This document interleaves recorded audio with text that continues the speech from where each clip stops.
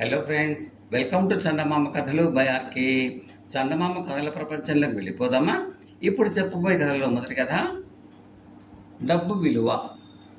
విమలానందుడు అనే సాధువు తన శిష్యులతో కలిసి తీర్థయాత్రలు చేస్తూ రంగాపురం అనే గ్రామానికి వచ్చాడు. ఆ గ్రామంలో అందరికన్నా ధనవంతుడు లింగయ్య అనే ఆయన. గ్రామస్తులు సాధువుకు ఆయన శిష్యులకు ఏర్పాటు చేసిన విడిది, భోజనాలకు అయ్యే ఖర్చులు అన్నీ లింగయ్యే భరించాడు. సాధువుకు సేవలన్నీ చేశాడు. కొన్ని రోజుల తర్వాత విమలానందుడు గ్రామం వదిలిపోతూ తనకు వీడ్కోలు చెప్పవచ్చిన గ్రామస్తులను ఆశీర్వదిస్తున్నాడు. ఆ సమయంలో తన పక్కన చేతులు కట్టుకుని నిలబడి ఉన్న లింగయ్యను ఆప్యాయంగా, నాయన, ఆగర్భ శ్రీమంతుడివి, అష్టైశ్వర్యాలతో తొలతూగుతున్నవాడివి, నువ్వు ఇంకా ఏమి కోరి నాకు ఇన్ని సేవలు చేశావో అడిగి తెలుసుకోవచ్చా అన్నాడు. అందుకు లింగయ్య, స్వామి, మనిషికి డబ్బు ఒక్కటే ప్రధానమా?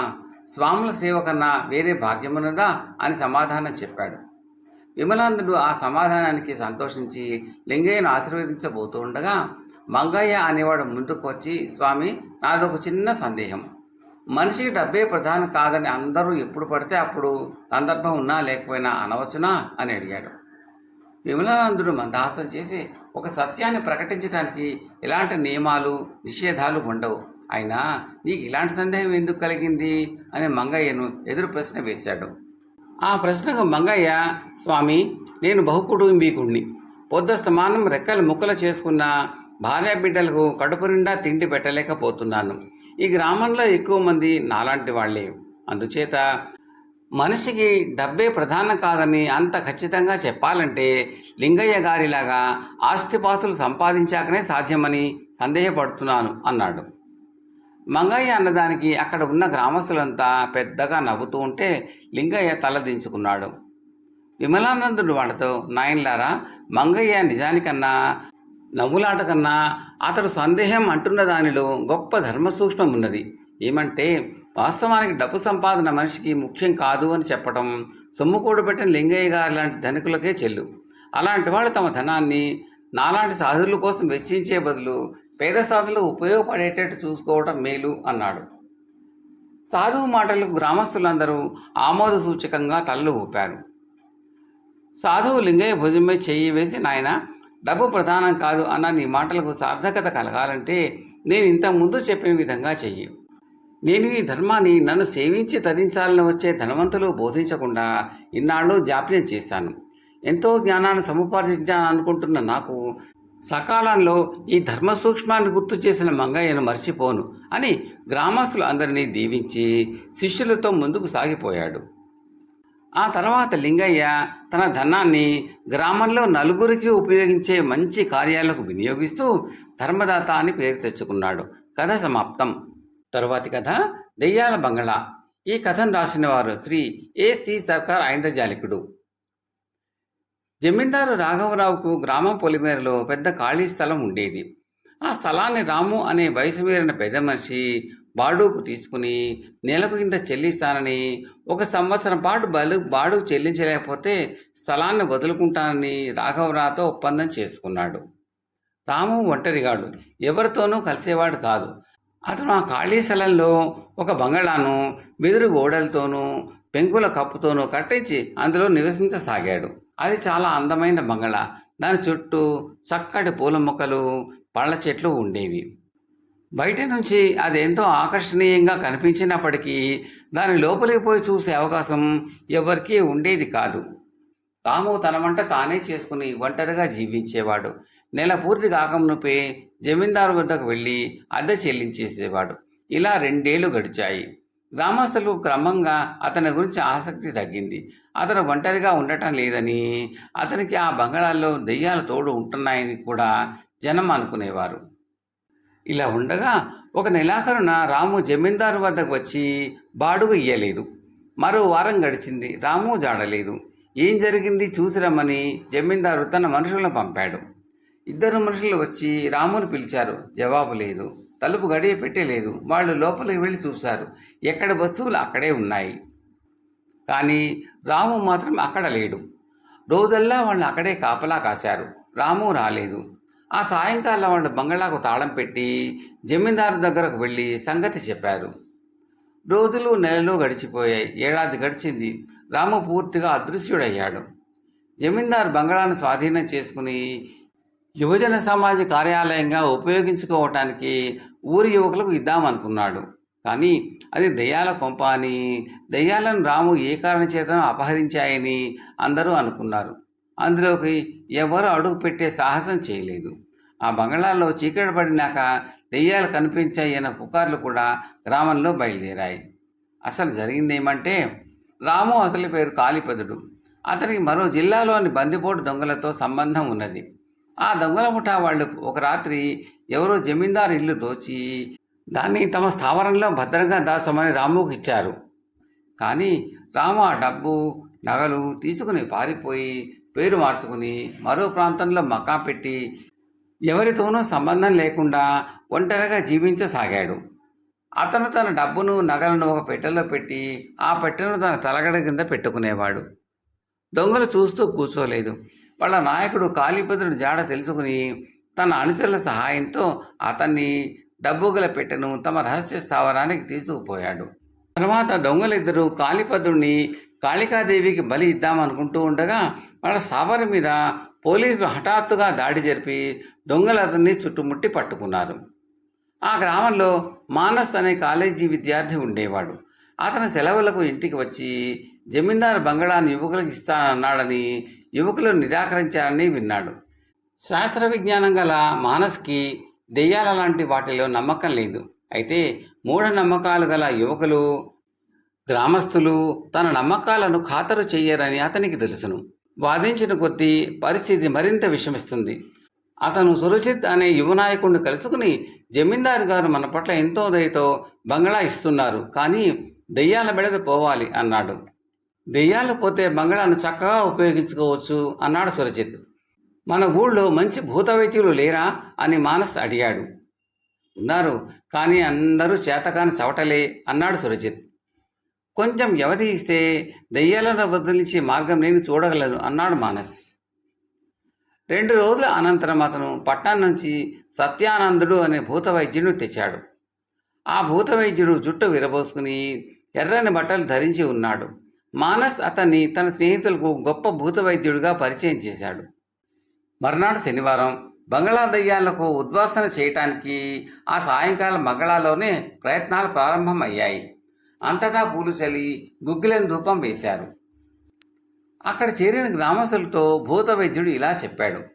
మాశైలరా, ఇక్కడ ఉన్నది బ్రాహ్మణ దయ్యం మాత్రమేనని నాకు స్ఫురిస్తున్నది. నేను అతన్ని తృప్తిపరిచి బంగ్లా వదిలిపోవటానికి ఒప్పించాను. అతన్ని సీసాలోకి పంపిస్తున్నాను. అతని సీసాలో నిద్రపుచ్చి ఆ సీసా నీటిలో పడవేశామంటే లోకాంతరంలో అతను శాశ్వత శాంతి అనుభవిస్తాడు. మీరు అనుమతిస్తే అలా చేస్తాను, ఏమంటారు అన్నాడు. అలాగే చేయండి అని అందరూ అన్నారు. సత్యానందుడి అవతారము, మాట తీరు చూసి అందరికీ అతనిలో బాగా గురి కుదిరింది. సత్యానందుడి ముందు నేల మీద వెడల్పు మూతిగల సీసా ఒకటి నిలబెట్టి ఉన్నది. దాని పక్కన అరటిపండు ఒకటి ఉన్నది. ఆ అరటిపండు లావు సీసా మూతి కన్నా ఒక్క పిసర హెచ్చుగా ఉన్నది.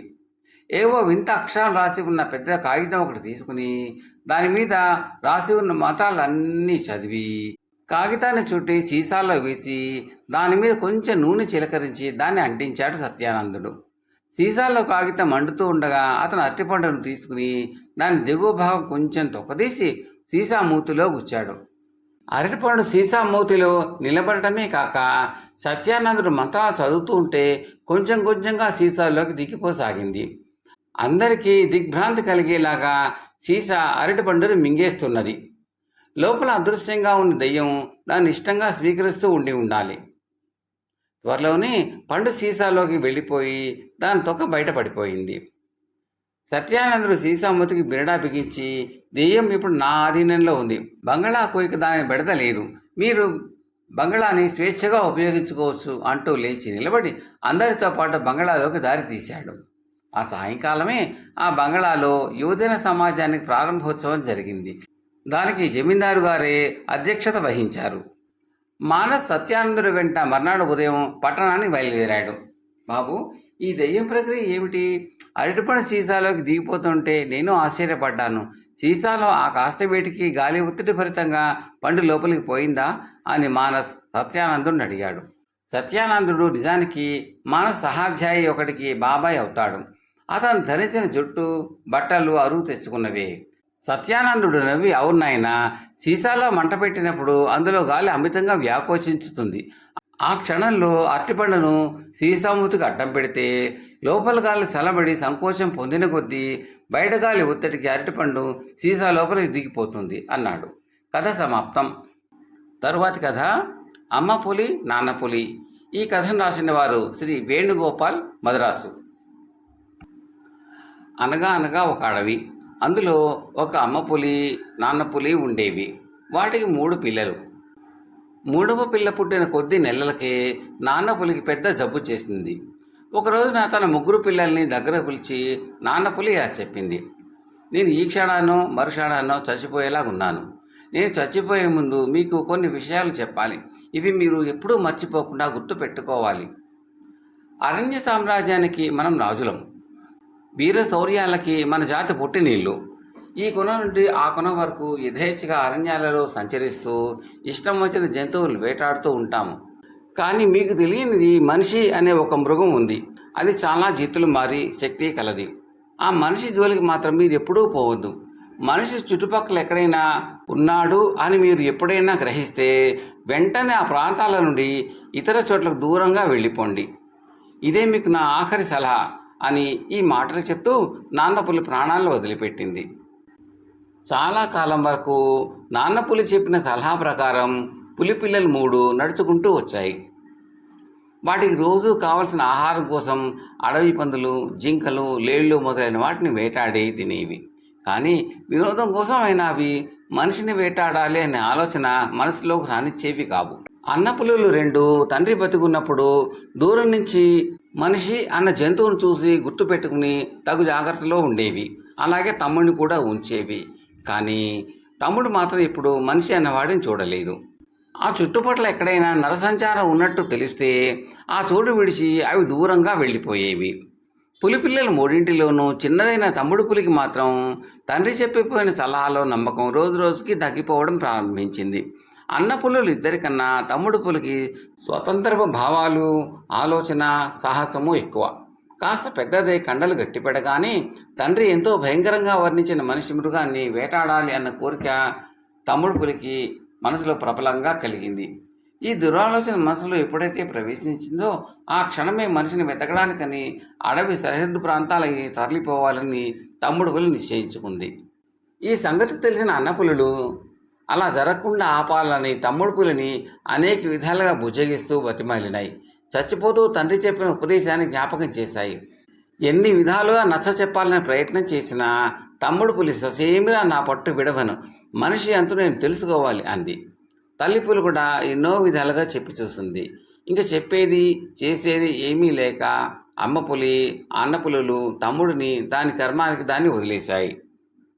అంతూ తెలుసుకోవాలి, వేటాడాలి అన్న యోచనే తప్ప తమ్ముడు పులి మనిషిని ఏనాడూ చూడనే లేదు. అందువల్ల మనిషి లక్షణాలు ఎలాగైనా ముందు తెలుసుకోవాలి కదా. అందుకని వెళ్తూ ఉండగా కొంత దూరంలో ఒక ముసలెద్దు ఒంటి నిండా వాతలు, దెబ్బల గుర్తులతో బక్కచెక్కి పచ్చిక మేస్తూ కనిపించింది. తమ్ముడు పులి దగ్గరకు వెళ్ళి, ఇదిగో ఒకసారి తలెత్తు, మనిషి అంటారు నువ్వేనా అని అడిగింది. అబ్బే నేను కాదు, చావుకు సిద్ధంగా ఉన్న ఒక ముసలి ఎద్దును నేను. మనిషితో నీకేం పని అన్నది బక్క చిక్కిన ఎద్దు. మరేం లేదు, మనిషిని వేటాడి మాంసం రుచి చూడాలని ఉంది అన్నది తమ్ముడు పులి. అమ్మయ్యో, మనిషిని వేటాడటమే ఇటువంటి పిచ్చి పిచ్చి ఆలోచనలు కట్టిపెట్టు. నా స్థితి ఎట్లా ఉందో చూడు. దీనికి అంతటి కారణం ఎవరనుకుంటున్నావు? మనిషి. నా చేత బాగా చాకరీ చేయించుకున్నంత కాలము చేయించుకుని నేను ముసలిదాన్నై పని పాటలకు పనికిరానని ఎప్పుడైతే అనిపించిందో నన్ను ఈ అడవిలోకి తోలేశాడు.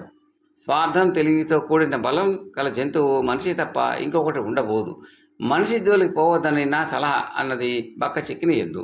కండలు బాగా బలిసి ఉన్న తమ్ముడు పులికి ఈ మాటలు వింటే నవ్వు వచ్చింది.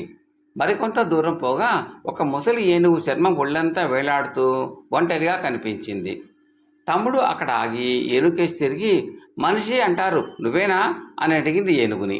ఏనుగు చేటల్లాంటి చెవుల్ని ఆడిస్తూ, అబ్బే నేను చావుకి సిద్ధంగా ఉన్న ఏనుగుని, నీకు మనిషితో ఏం పనో నేను తెలుసుకోవచ్చా అంది.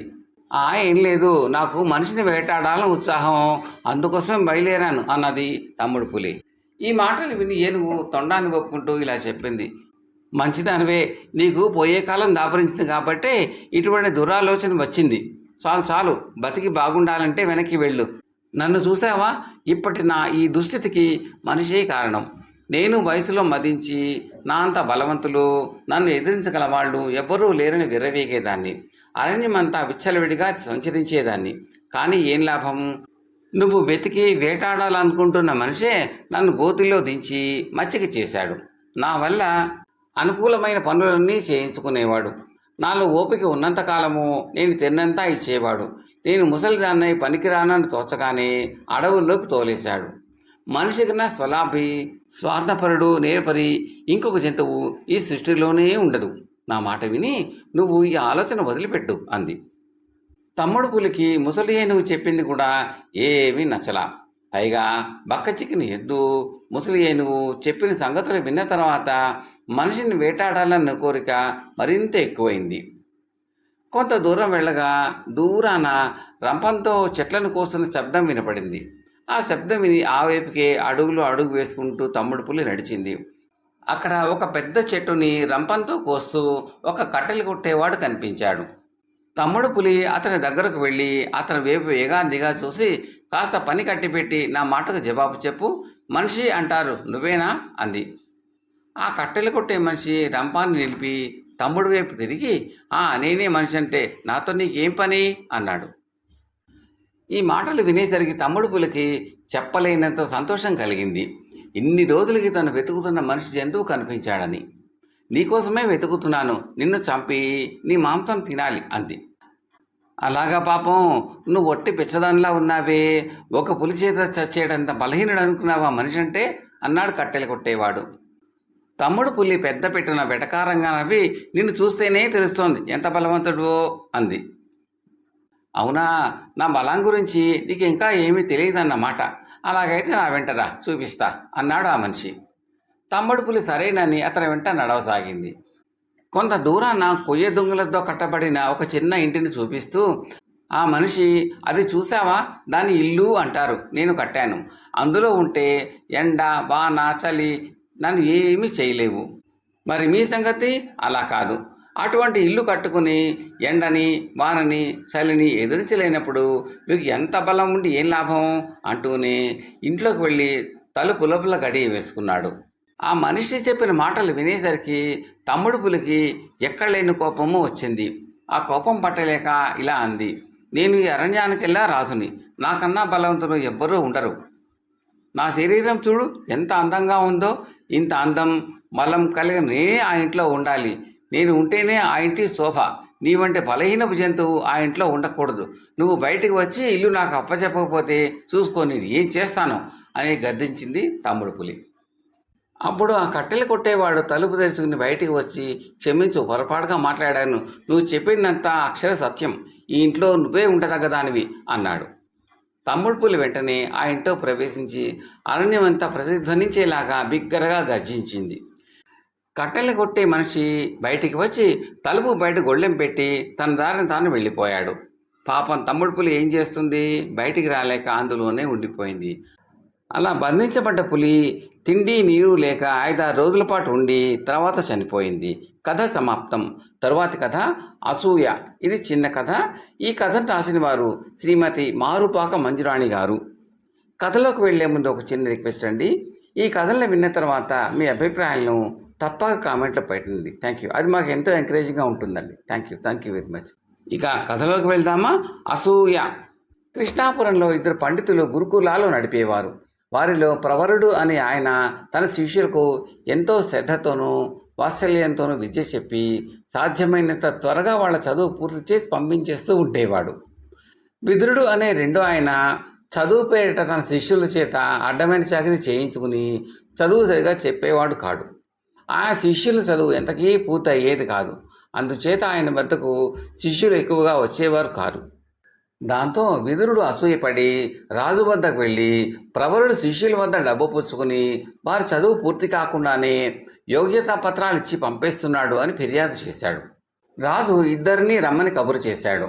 ప్రవరుడు తనపై వచ్చిన ఆరోపణల పత్రం చదువుకుని గుర్రపు బండిపై దివాణానికి వెళ్ళాడు. విదురుడు కూడా చాలా ఉత్సాహంగా ఎద్దుబండి మీద బయలుదేరాడు. సాక్షి కన్నా నిందితుడే ముందు రావటం చూసి రాజు విచారణ వాయిదా వేద్దామనుకున్నాడు. మహారాజా, విదుర పండితుల వారు నేను ఒకేసారి బయలుదేరాం. అయితే వారు ఒంటెద్దు బండి మీద వస్తున్నారు. నేను గుర్రపు బండిలో వచ్చాను. విద్యార్థుల సంగతి కూడా అంతే. చురుకుదనం కలవాళ్ల ముందు ఉత్తీర్ణులై యోగ్యతా పత్రాలు పొందుతారు అన్నాడు ప్రవరుడు. రాజుకు విషయం అర్థమై ఆయనను తన ఆస్థాన గురువుగా నియమించి అసూయపడిన విదురుడికి భరణ రద్దు చేశాడు. కథ సమాప్తం.